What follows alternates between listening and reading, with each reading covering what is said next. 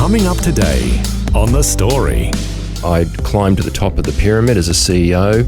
I was 35 at the time, and then tipped off the top of the pyramid like everybody else in the late 90s with the Asian financial crisis. So from there I went back to Australia and then climbed my way back up, and where I ended up in Dubai. From Dubai I was then offered a CEO role back in Singapore 10 years later, which I did, and then the global financial crisis came. The Story. G'day, I'm Jimmy Colefax. Welcome to The Story. Well, today we have part 3 of our 3-part conversation with Phil Fusco, who's been sharing with us his eventful life journey. Last time, we heard how he became the manager for one of Australia's most successful Christian singers when he was only in his 20s. Then we heard how he helped create Australia's branch of the International Christian Chamber of Commerce, otherwise known as the ICCC. Today, we'll hear how he becomes an international jet-setting business executive living in Asia, before eventually coming back to Australia and working at a nationwide Christian media ministry. All that and more is coming up today as Phil Fusco's conversation with Eric Scatterbo continues. So basically, the decision was full-time ministry or being a light in the darkness of the secular marketplace, so to speak. Yeah, well, I felt we're meant to be in the world to make a difference. Mm-hmm. Yeah. So a Christian has to hold the line. Mm-hmm. And I see it very much in that old school crusader sort of position that we're fighting the good fight, and one doesn't have to be overtly preaching on the street corners, which is the normal expression in my upbringing of the evangelical side of Christianity. I saw it more about being a Joseph. And again, this is the message of the International Christian Chamber of Commerce, ICCC. It's all about being a Joseph or a Daniel. You're basically, the Lord places you in positions to have an effect, if you wish. You are a channel of provision. And if you look at the greats of Bible history, whether it's the Josephs or the Daniels, or whether it's the Moses of the world, what have you, they all go through this valley experience, whether it's Moses in the wilderness for 20 years, or Joseph in prison for 13, Daniel in slavery, and there's many others as well. This is what God does to prepare people before he can actually work through them, if you wish. So I began to develop a couple of streams of convictions, and that was that a Christian's a bit like being a soldier. When God gives you your marching orders, it's not for me to question that, whether it's help the youth group or manage Steve Grace or set up ICCC or do something else. It's like God's given me my orders, and either I'm in the purposes of God or I'm not, because it says that, you pray, you put your things before the Lord and according to his will. And so we can't shove our circle peg into God's square will. We have to actually discern and understand what God's will is, and then we have to adapt to that. And that's the act of humility. But God, he wants to use our gifts and talents. He just has to know that our motive is right, and that we're relying on him, not ourselves. If we do everything in our own strength, we can't allow God to be God. God is so much more powerful than we are, and so he wants people to walk by faith, looking to him daily, even if you are the Prime Minister of Egypt, if you know what I mean. Yeah. And so the Valley experience prepares for that. So with ICCC, this is what happens. So I go to Asia. So I felt like the Lord was honouring me. Okay, I've been trying to be a good steward. I've got to make a living as well. Next minute, I'm doing normal marketing things in Australia, doing advertising campaigns. And I had Ansfar Insurance as one of my clients in my 20s. And we did a wonderful advertising campaign which doubled their policy sales. And so I began to develop a reputation as a good marketing person. But then I felt led to go to Asia. I suppose my ambition was kicking in and I could see a way forward. And so I then crossed over from the agency services side to the client side. I know I was employed inside a company, head of marketing. I was senior vice president of marketing and handling hotels and resorts. Basically, I had to learn the game of large-scale hotels and integrated residential developments right across Asia. Huge step for a young guy from Australia. Is this where we kind of get to the jet-setting international executive part of your story? Yep, it is. This is where I am now. So this is my first foray into international business. I first went there to be based in Jakarta in Indonesia, and the company that was managing the project was Singapore-based. Well, they said to me, Phil, why don't you come up to Singapore to look at our operations as well while you're up here? So I flew into Jakarta one day. That was a big enough step of into the unknown. Never been there before. Right. And then the next day I'm in Singapore. Yeah. And they said, Phil, we'd like to offer you to work for us out of Singapore, not just handling the Jakarta project, but to handle all our projects, including the Philippines and Malaysia. Oh, wow. And I thought, oh, this sounds good. So I went to Brian Rule and said, Brian, what do you think? And he said, no, Phil, he says, that's perfectly all right with me, because Brian was CEO for the Indonesian operations at that time. And he said, no, you'll be handling my project anyway as the marketing advisor, project manager, you know what I mean? So that's fine. And you just go where it's been led. It sounds like a great opportunity. So, and that was my first, let Brian just release me that he was comfortable with that.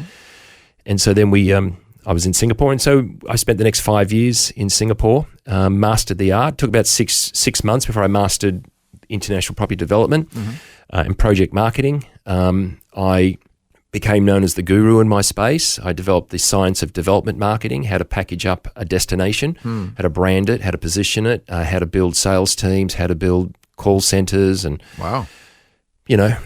display centers. And it was quite large stuff. We had multi-million-dollar marketing budgets. It was a whole big step. And I must admit, I had headaches in the first 6 months. It was a real step of faith for me on my own, not married. Like I just literally, but you just walk close to God. But in that time, I knew that I wanted to set up the ICCC chapter in Singapore. Now, they already had a chapter there, and it had fallen over, let's just say, probably by mismanagement. And you learn when you walk in Christian circles that walk close to business, that sometimes it's like Icarus getting close to the sun. People get burnt because sometimes their spiritual, enthusiasm gets misguided. Some people come to Christian business marketplace areas thinking, how's it going to bless my business? When really it's a case of, if you have a gift in this area, the fruits will be there already. And the question is, are you serving God with your fruits, your first fruits in that sort of sense? So, and this is part of the Valley experience. So when people come to ICCC, they come for different reasons. And there's a lot of good people in the organisation. It's now into about 180 countries around the world. But I saw my role was to try to help. So I just stood down as the Australian director for ICCC. I'm in Singapore doing this new business, this whole new career move. And now I felt this burden to help ICCC in Singapore. Literally, I was in tears. So I'd be flying in from I'm in a different country every day. You can imagine the pace I was doing. I was on a plane 6 times a week. Wow. You were a jet setter. Yeah, well, yeah. So that's normal in Asia. Australians do not understand. Asians, this is normal. Asians fly to a country like we're taking a taxi downtown. But so here I am, this burden. So literally, I got back from Indonesia. I'm sitting on my bed at midnight, which normally I got home about that time, and I'm in tears. And I couldn't understand why. Like I'm just weeping with this burden of what I'm going to do with ICCC. And so I'm in the office, and my secretary says to me, a lovely girl, and she says to me, who was studying marketing, and all the staff that worked for me, I mentored them through their marketing courses and gave them promotions to steer them in their careers my whole life through every country. And to this day, I'm still connected with everyone on LinkedIn and things like that, and just how you're going, where you're at sort of stuff. Anyway, so she says to me, I've got this phone call from a guy called Wilson Chia in Singapore, and he works for Hotels Properties Limited, HPL. And he'd like to meet with you. He read an article. And so I published an article in the Singapore Marketing Association. They had this magazine, and they published an article on loyalty marketing. And Wilson read this article.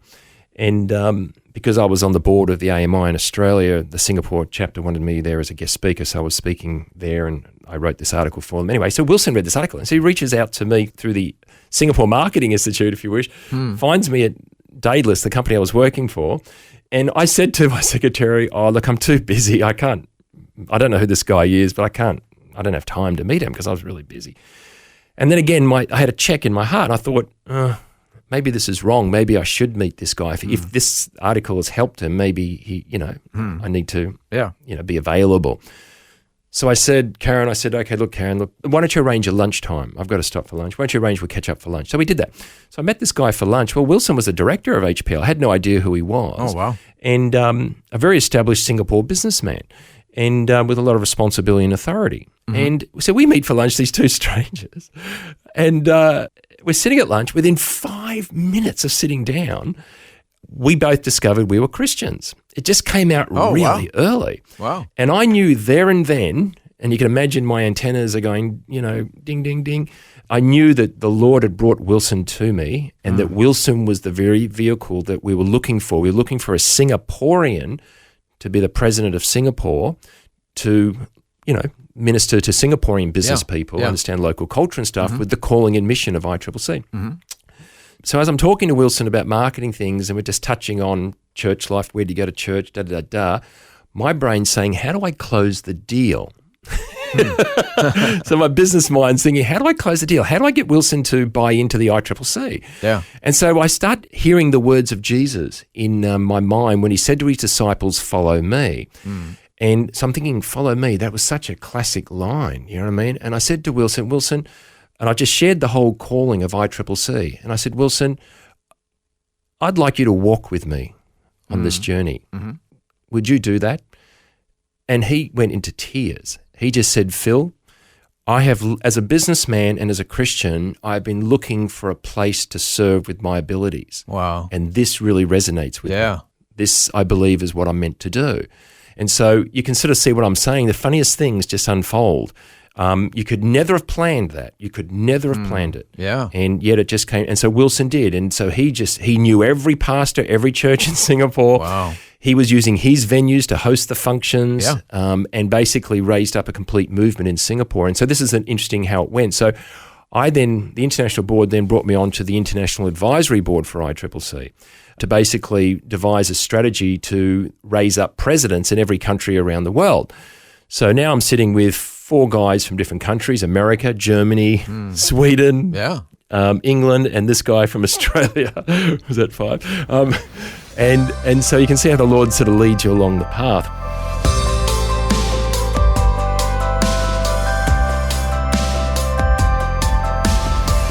You're listening to The Story.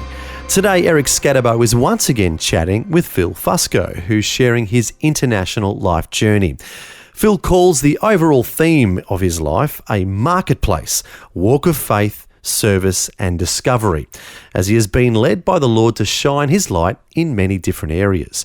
Next, we'll hear more of Phil's story, including how the Lord leads him to serve at a nationwide media ministry. All that and more is coming up when we return. The Story.